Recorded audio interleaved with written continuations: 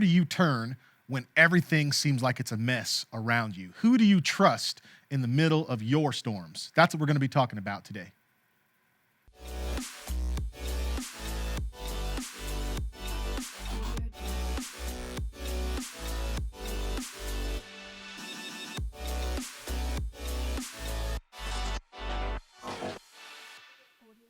Hello and welcome to oneChurch.tv online. My name is Kim. We're so glad that you've joined us today. You are important and special to us, and we just want you to know how much we want to stay connected with you. So please take the time to text Connect1C to 97,000. It's the way that we can keep in touch with you and keep you in the know about all the important information going on in the life of our church. As we begin our service today, we'll start with a time of worship, and then Carlo will be bringing part 4 of our series called Hope in the Dark, where we're learning how to handle the storms that come our way. We're so glad you're here. Welcome to One Church.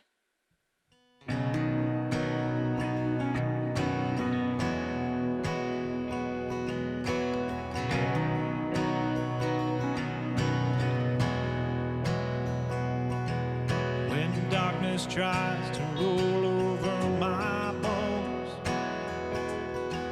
when sorrow comes to steal the joy I own,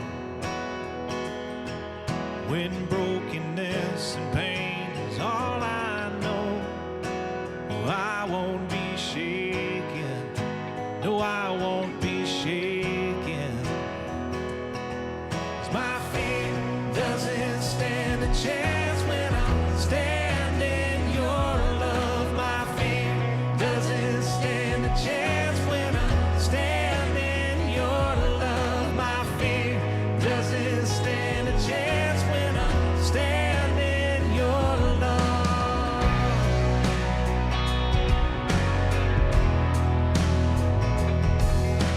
Shame no longer has a place to hide.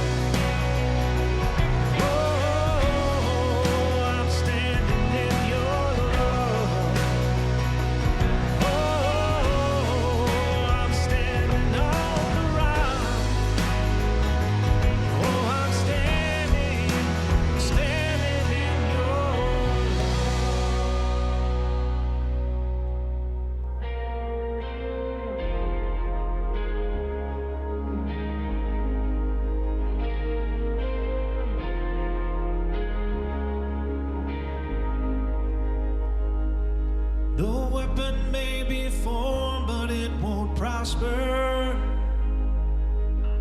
When the darkness falls, it won't prevail.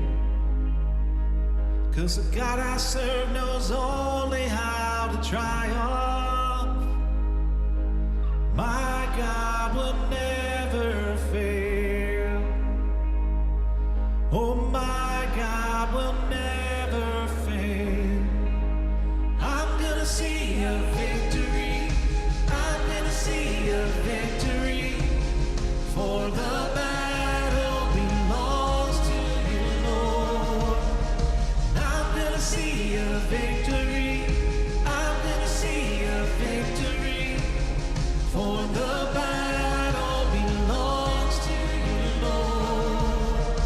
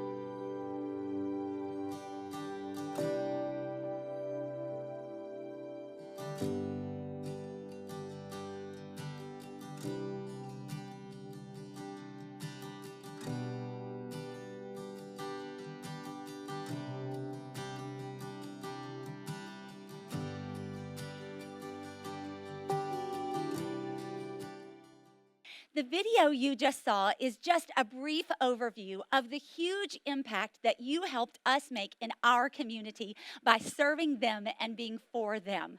The Regal Theater, our local fire department, One Church, and Manna Cafe all came together to sponsor this event.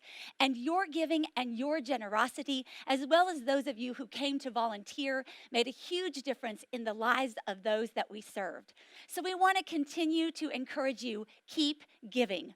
You'll see the ways listed on the screen that you can give. You can always give online through our app, or you can send in your giving. But whatever you do, don't stop now. You're making a huge difference by being for Clarksville.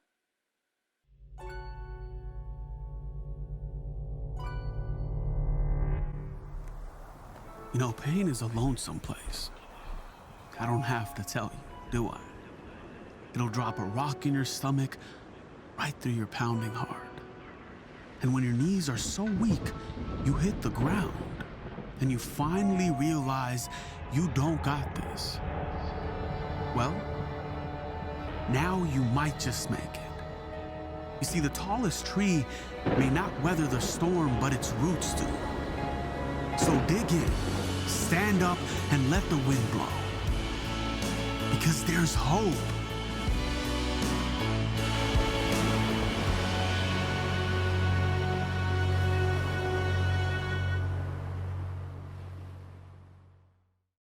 What's up, oneChurch.tv? My name is Carlo. I get to be one of the teaching pastors here. So glad that you're connecting with us this morning. I have a love-hate relationship with storms. I grew up in West Central Florida in the Tampa Bay area, the lightning capital for many years of the U.S., and we've had tropical storms and hurricanes and all of that. A couple years ago even, I was trapped in Fayetteville, North Carolina during a hurricane. I ventured out because I needed some sour worms, and I took my rental car to the closest gas station. That was a mistake. Drove through some water that didn't seem like it was deep until the car in front of me hit it, and then it was just a freaky situation for sure. Later on, I had to drive from Fayetteville all the way up to Raleigh-Durham to the airport in that same storm. It was just a trippy experience to begin with. I love the sound of storms. I love seeing the lightning and all of that stuff, but I absolutely hate the bad things that come with storms. No more do I hate this. I hate this so much since I've moved to this area, to Middle Tennessee. I've dealt with all kinds of storms, but I've never experienced the amount of storm-related power outages that I have in my life until I moved to Middle Tennessee. Now, no disrespect to any Clarksville Department of Electricity workers or any linemen who are watching or listening. We love you. Thank you for the job. But, bro, the wind and the lightning does not like our area. I'm just telling you, if the wind blows higher than 15 miles per hour, I brace myself for a power outage. For whatever reason. I remember one year went 12 hours or more with no power. Just a while ago, went a couple of days. I spent a week in a hotel because of bad storms that came through, and we didn't have power in our neighborhood. It's crazy. I wasn't even prepared for the ice storms when I moved to this area. I'd been through other kinds of weather, but the ice storms as well. I'll never forget December 8th, 2013. It's a day that will forever live in infamy. Not Pearl Harbor Day, but it's an infamous day in my own life when the frustrations of storms and life and what I was doing in ministry and portable church just made me want to quit. For those of you who don't know, oneChurch.tv, as it is right now, used to actually be two churches, and the other church was a church called Grace Life Church that I used to be the lead pastor of before we merged in 2016. So Grace Life Church, like One Church was pre all of the COVID stuff, we met mobily, just like One Church did, and we met on a variety of locations. For a season, we met in a community center in Clarksville, Tennessee, and on December 7th and 8th of 2013, the weather was icy and it was terrible, and several churches in the area even had to cancel their service, and I got trapped in our storage unit. I was in our storage unit about 6:37 in the morning, getting gear out to take it over to the community center, and the power went out because of the ice storm. And the gates wouldn't open to let me back out of the storage facility. So the person who was with me, a friend of mine, we kind of figured out how to manually make the thing work, but it was trapped. But just imagine how insane that was, that we had to break out of the storage facility because of the storm, right? Thankfully, we had power at the community center, but we didn't have any heat because the storm knocked out the heating units, and so it was freezing. So someone brought in this big space heater that sounded like a jet engine, and you really couldn't hear anything we said. And it was just one of those moments in the storm where I said, you know what, why are we even bothering? Why are we even doing this in a meat locker? No one can hear. Just such a frustrating time. Kind of when it rains, it pours. Pardon the cliche of storm, but that's what happened to us. Storms, they can be beautiful and scary at the same time. Storms can bring problems, but they don't last forever. We know that, even though it might not feel like it in the middle of it. Some storms are avoidable, most are not. And here's what I know: storms are a part of life.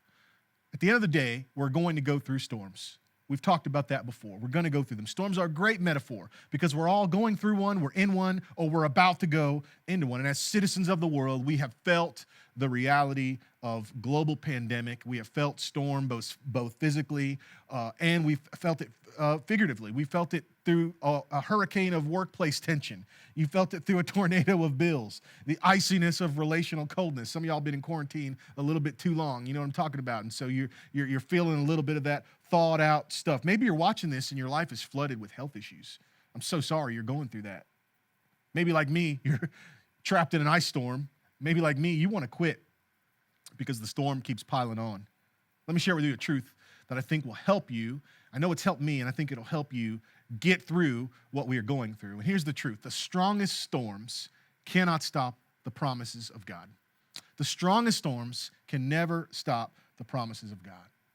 But I don't want you to take my word for it. We're going to look at another storm story in the Bible, a really, really violent and bad storm, as a matter of fact, and see how the promises of God still are something that someone could hold on to. If you're watching this and you're like, I don't know about all this God stuff, just hang with me, and I hope you'll find something in here that you can apply, that you can see, you know what, that's a really cool truth that can even apply to my life. So we're going to look at a story in Acts chapter 27.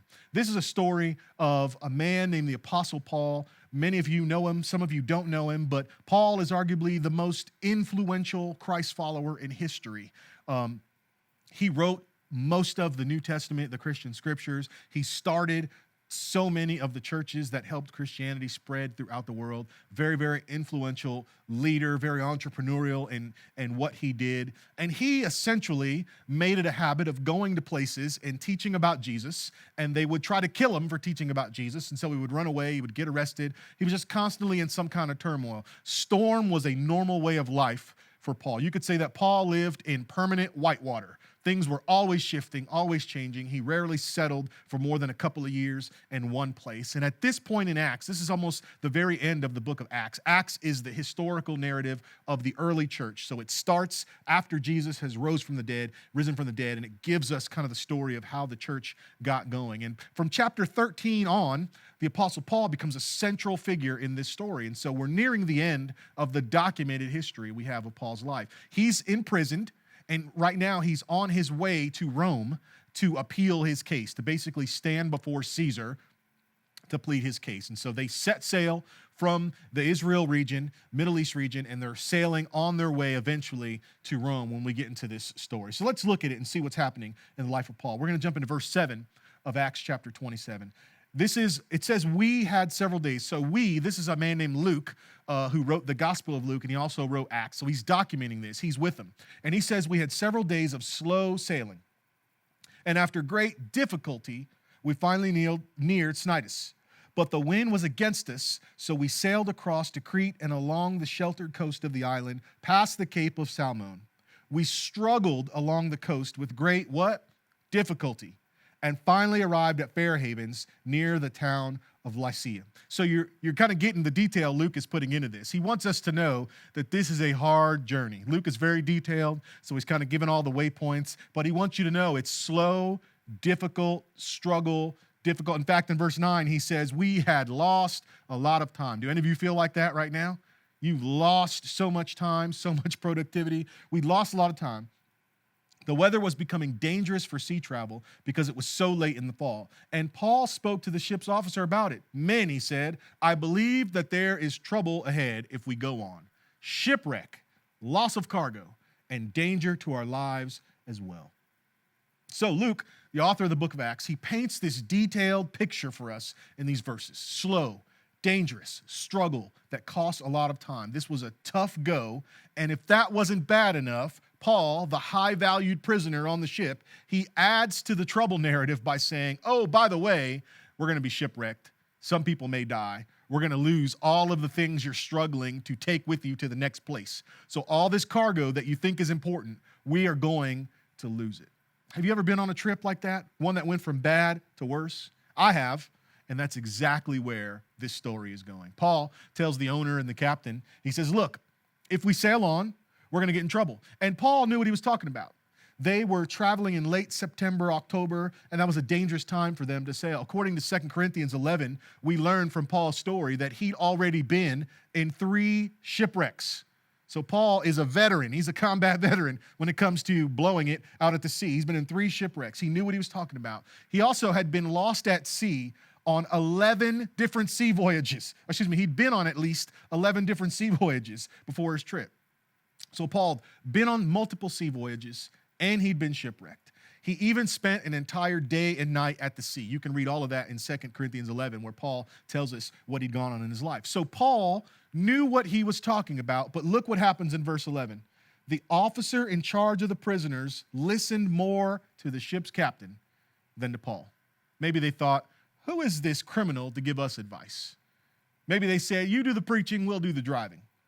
This must have really bothered that old seasoned captain that this Jewish guy in chains is trying to give him advice on how to sail. The captain and the crew, they put their trust in their own ego, in their own pride to get them through the crisis. In those days, sailing was money, and I'm sure that it's that way in these days too, trust me. But especially in those days, sailing and moving cargo was money.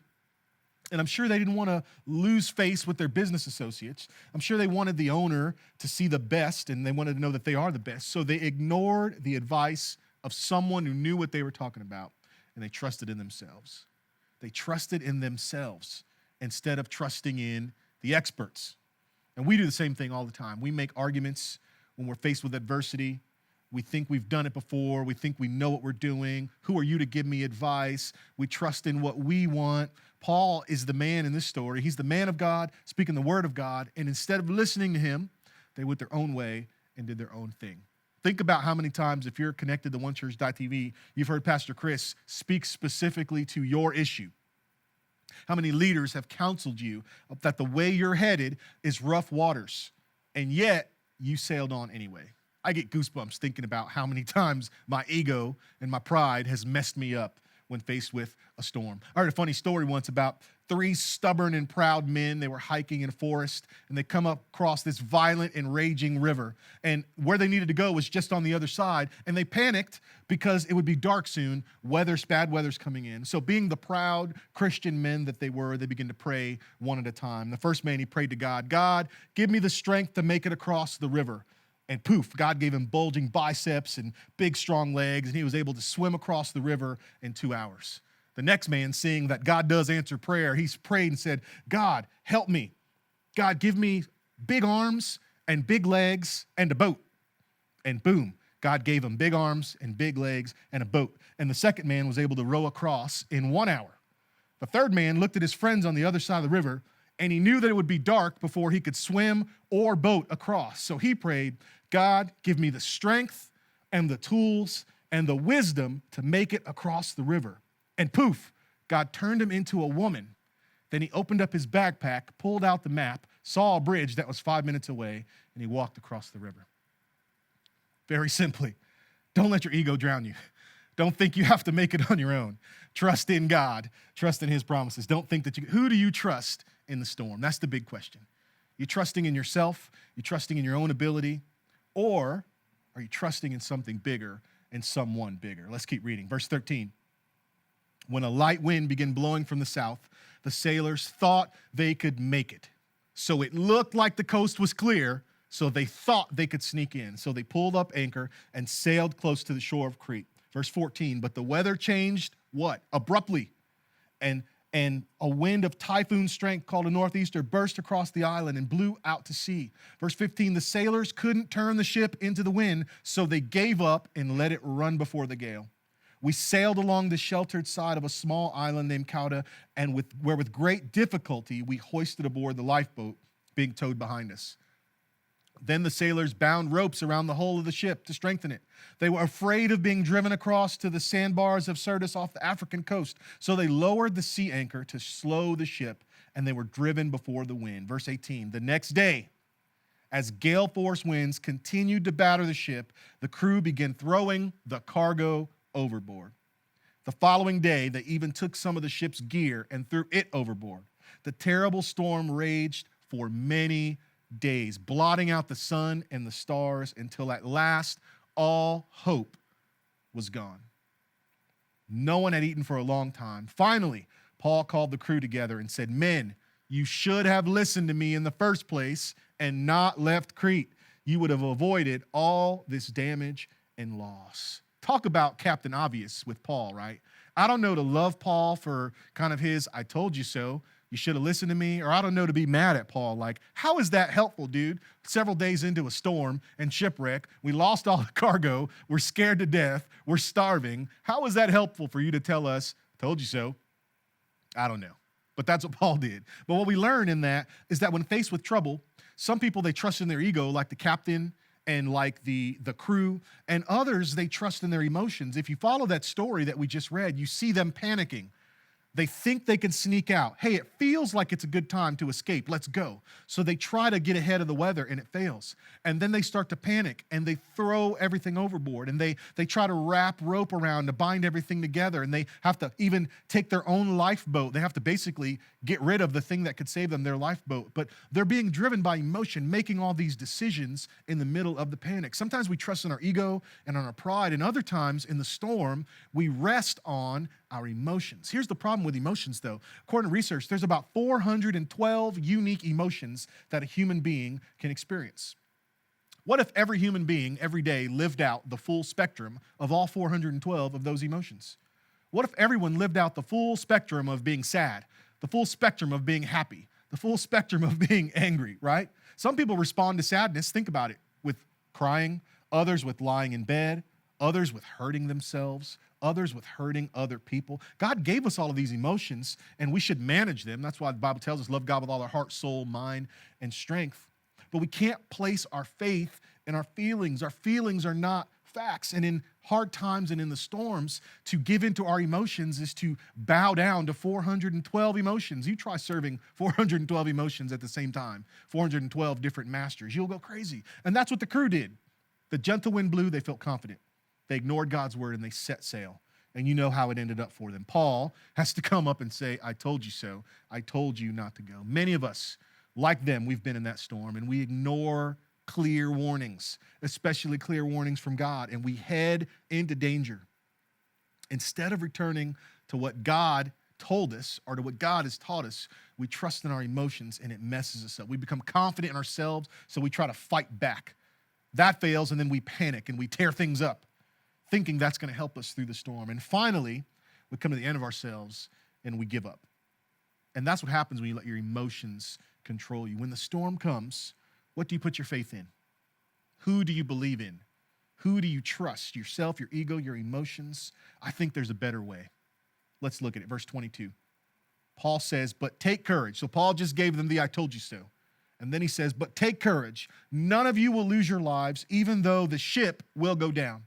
For last night, an angel of the God to whom I belong and whom I serve stood beside me, and he said, 'Don't be afraid, Paul, for you will surely stand trial before Caesar.' What's more, God in his goodness has granted safety to everyone sailing with you. So take courage, for I believe God, it will be just as he said.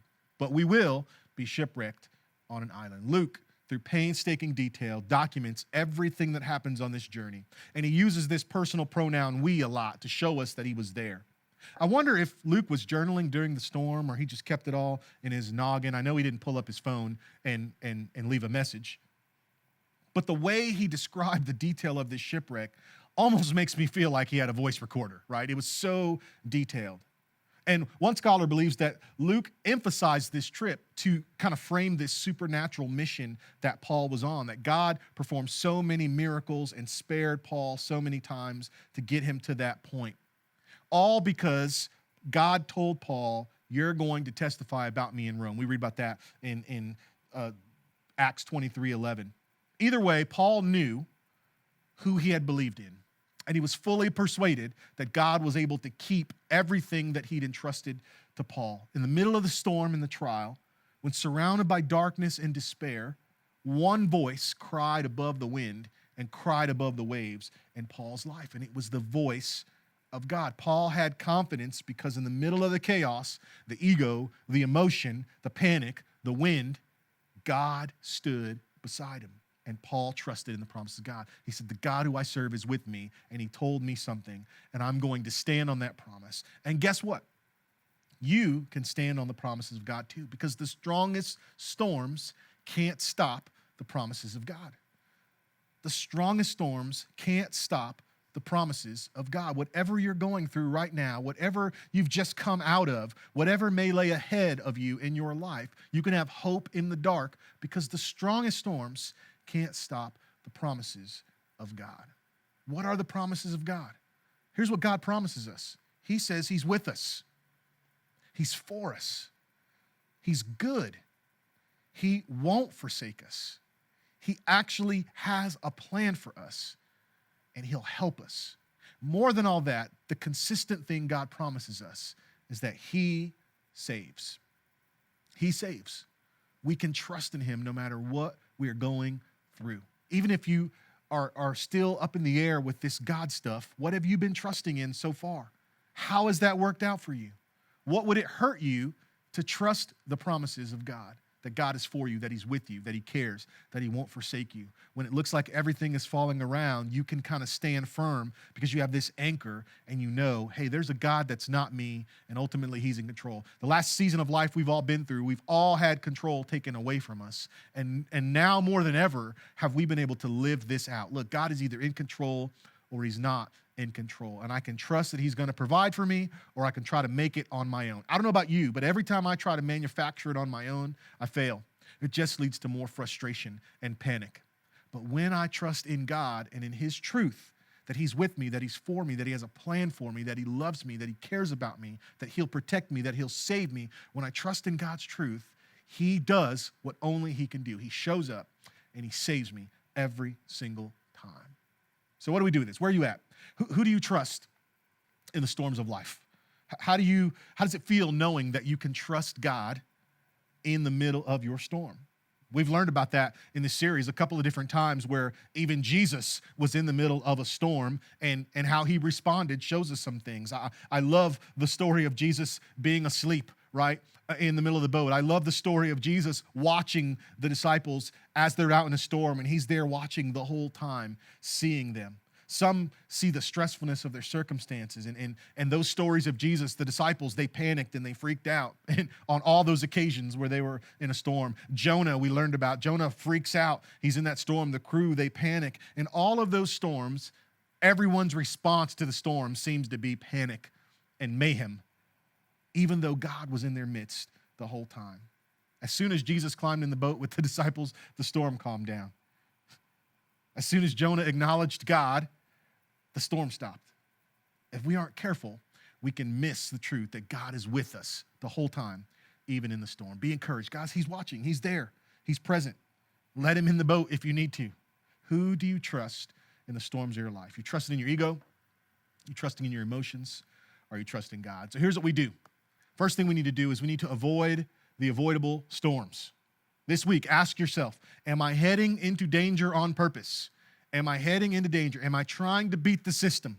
If so, turn around. So many of the storms that we find ourselves in, just being honest with you, we put ourselves there by ignoring wise counsel, by ignoring guidance, by ignoring what God has told us to do. So avoid the avoidable storms. Second thing you need to do is continue to storm-proof your life. Like we've said multiple times in this series, we're all either in a storm, we all just came through a storm, or we're all about to head into one. So continue to storm-proof your life. You do that through a couple of really cool Jesus practices. You can practice biblical community. I know we've been in this weird digital, not necessarily meeting face-to-face kind of space, but you can make sure that you're connected to other Christ followers, even if that is just virtually healthy people who can speak good things into your life. You can practice this stormproofing by having a conversation with God through prayer every day, having a posture of prayer to God, reading God's word in the Bible. Download the YouVersion app and read, spend time. Even wise practices in your life, making sure you're being healthy and you're exercising, you're taking care of yourself.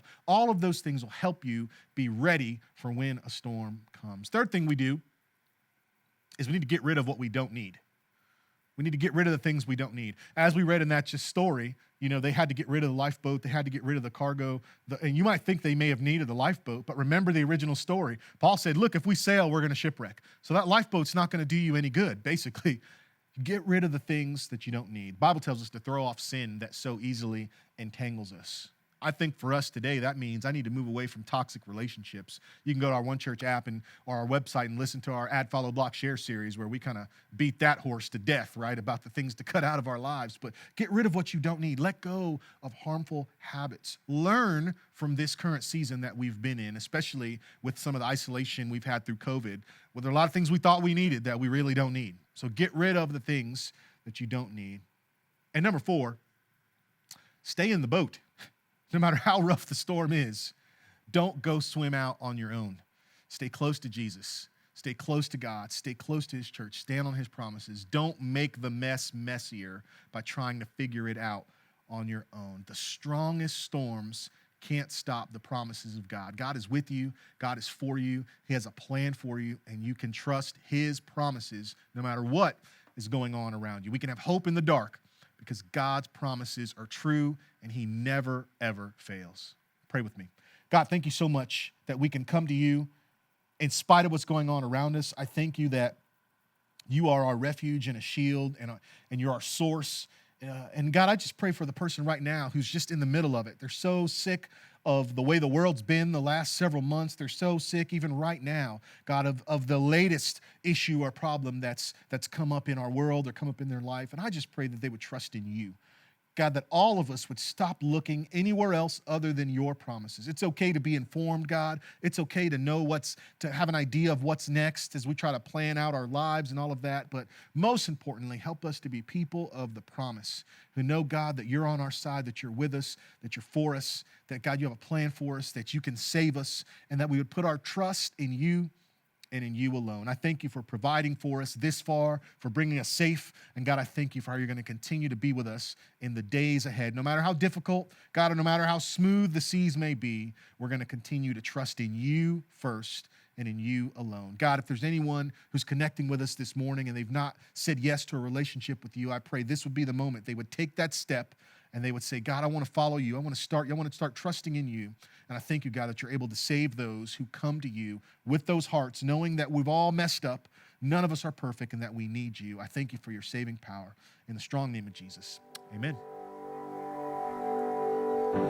Letting go of every single dream, I lay each one down at your feet. Every moment of my wandering never changes what you see. I've tried to win this war, I confess. My hands are weary, I need your rest. Mighty warrior, king of the fight. No matter what I face, you're by my side. When you don't move the mountains, I'm needing you to move. When you don't part the waters, I wish I could walk through. When you don't give the answers, as I cry out to you, I will trust, I will trust, I will trust in you.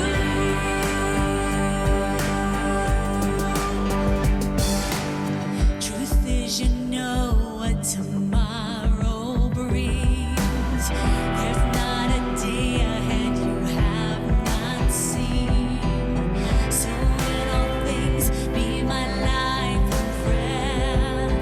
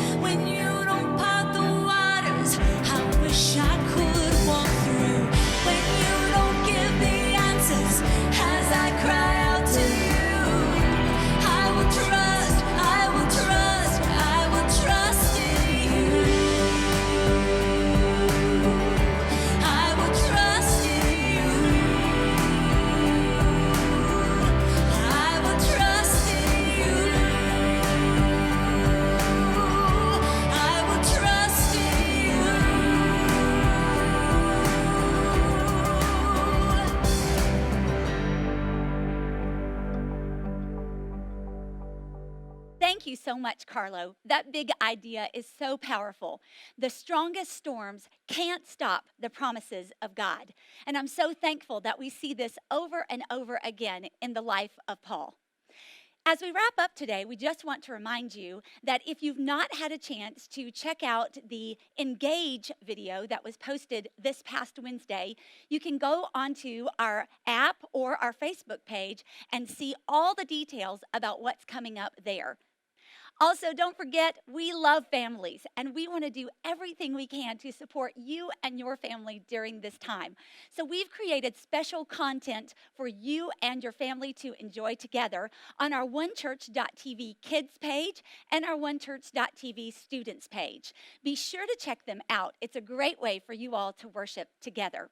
Once again, thanks so much for joining us for our time together today. We love you all. Go be the church.